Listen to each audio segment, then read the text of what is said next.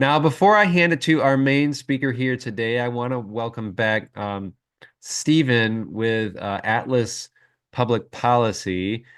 He is actually going to be giving us a update on where we stand briefly with Inflation Reduction Act in the housing sector. So, Stephen, this is actually he's been on our show before. So, Stephen, welcome back, and thanks for joining us here briefly. Please take it away. Hi, thanks, Brett. Appreciate the invite. Always enjoy talking to the GHI audience. As Brett said, my name is Stephen Naimoli. I am a policy analyst at Atlas Public Policy. We are a data and policy research firm based in Washington, D.C. We work in several different areas, including buildings, my specialty, but also transportation, manufacturing, climate, industry, water, and some disinformation tracking. So I'm going to talk today very briefly with you about what is going on with the housing-related energy programs that were either created or updated in the Inflation Reduction Act. There's a lot that's been going on over the last several months, a lot of tumult, a lot of uncertainty. And I'm going to give you just a bit of an update on everything that's going on in these different areas. So we've got categories of tax incentives, the home energy rebates programs, the Greenhouse Gas Reduction Fund, and Solar for All, and then just a brief summary of a few of the other programs that have seen some changes recently. And just so you know, you weren't sharing anything yet. So, sorry.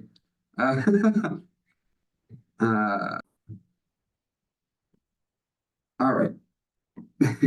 So starting off with tax incentives, the main things that we're talking here are the 25C energy efficient home improvement credit, 25D residential clean energy tax credit, 45L new energy efficient home tax credit, Section 48 energy investment tax credit, and the 179D deduction that we're talking about here today.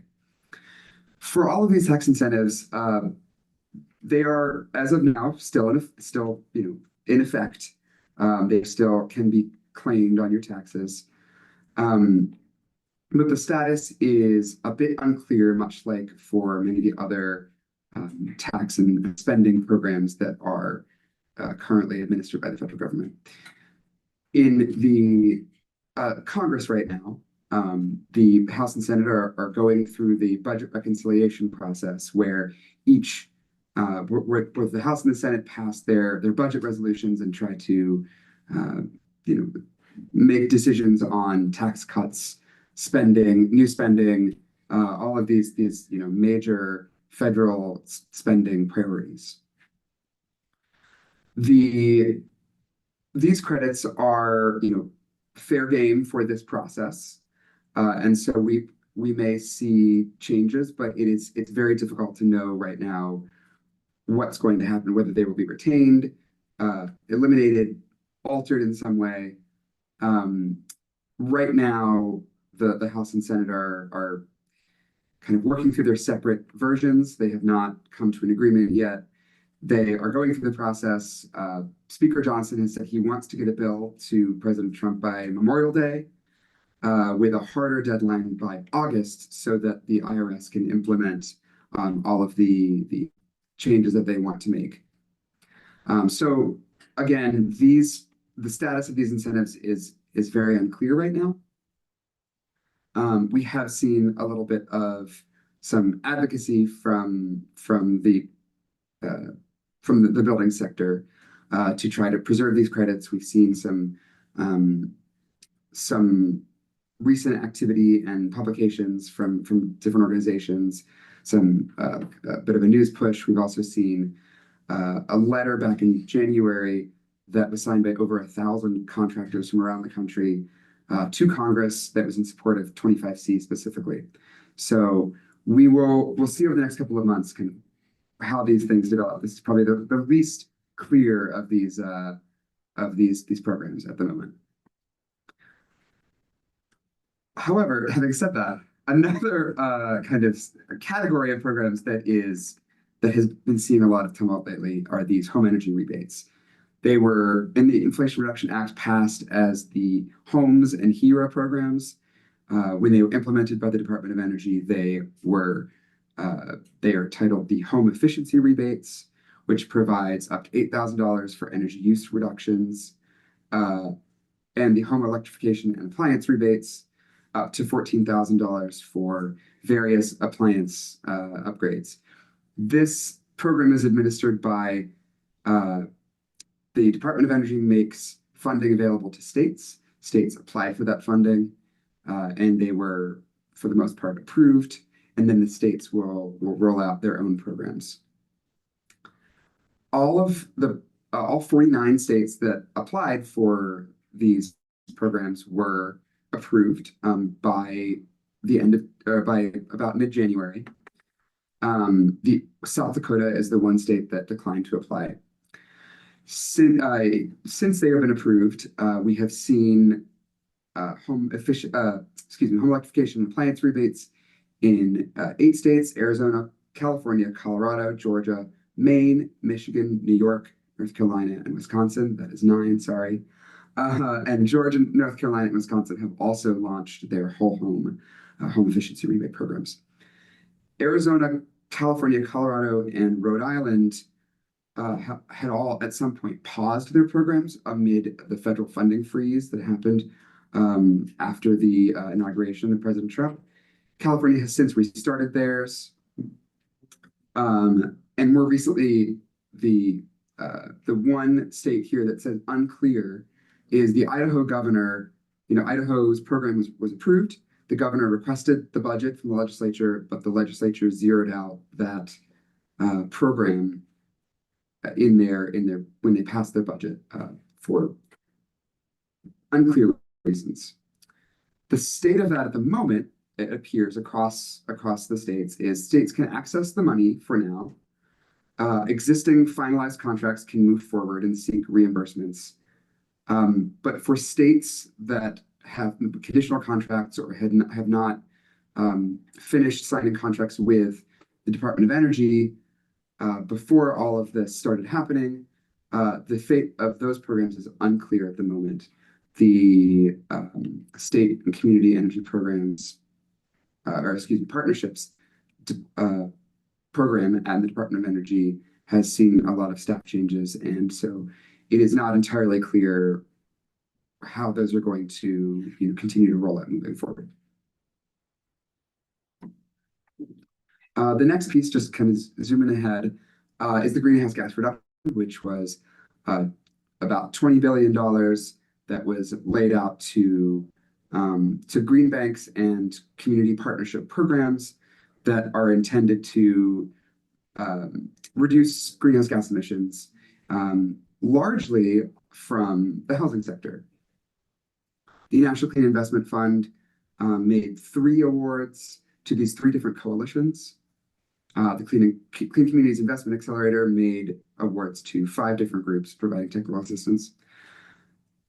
Back about a month or two ago, the administrator of the EPA, Lee Zeldin, announced that he was freezing and canceling all of the Greenhouse Gas Reduction Fund awards. As a result, the Climate United Fund is suing the EPA and Citibank, where the funding is currently sitting.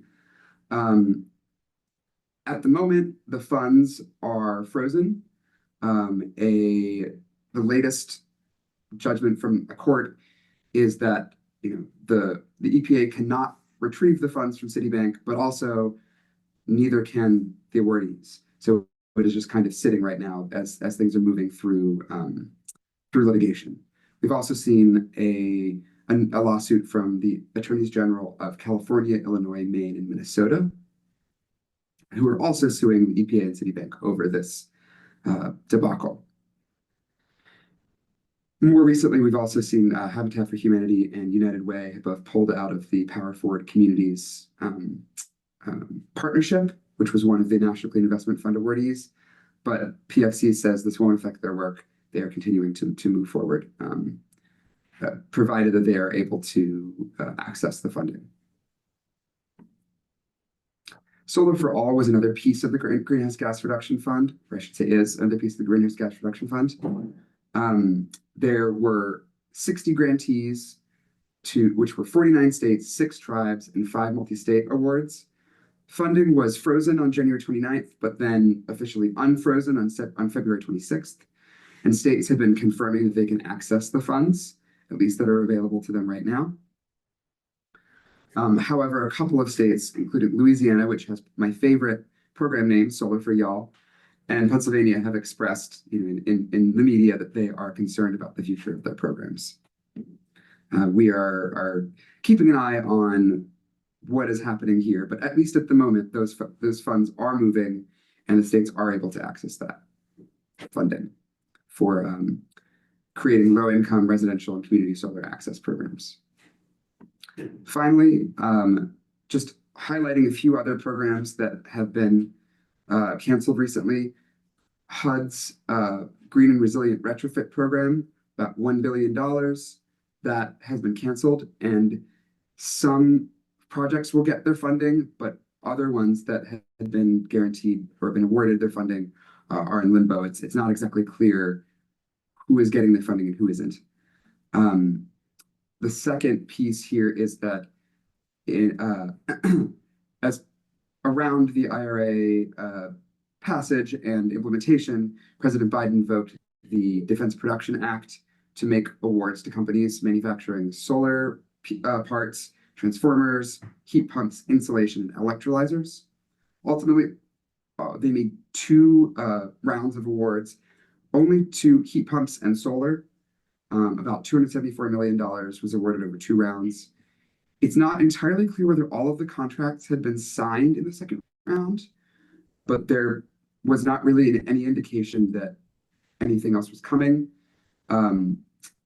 Recently, President Trump rescinded the executive order that granted the authority, and so that the authority to make more awards has been rescinded.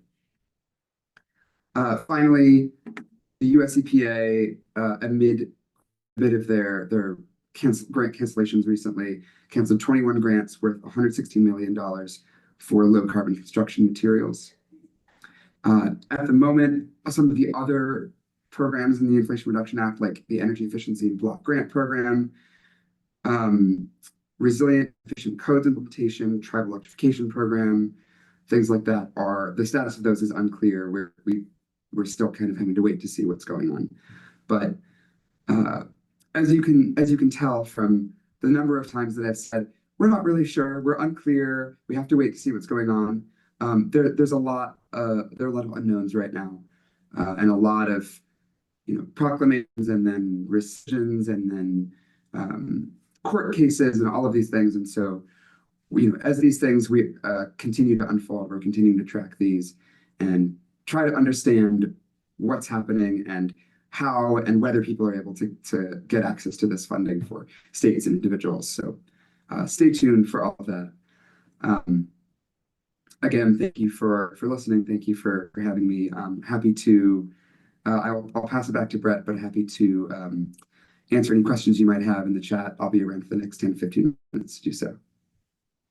Be sure to check out all of our courses available online that you can watch anytime and anywhere to pick up your CEUs. Before you go, make sure to subscribe to us on YouTube to get weekly updates and stay up to date on green building science courses, webinars, and home tours. Thanks again.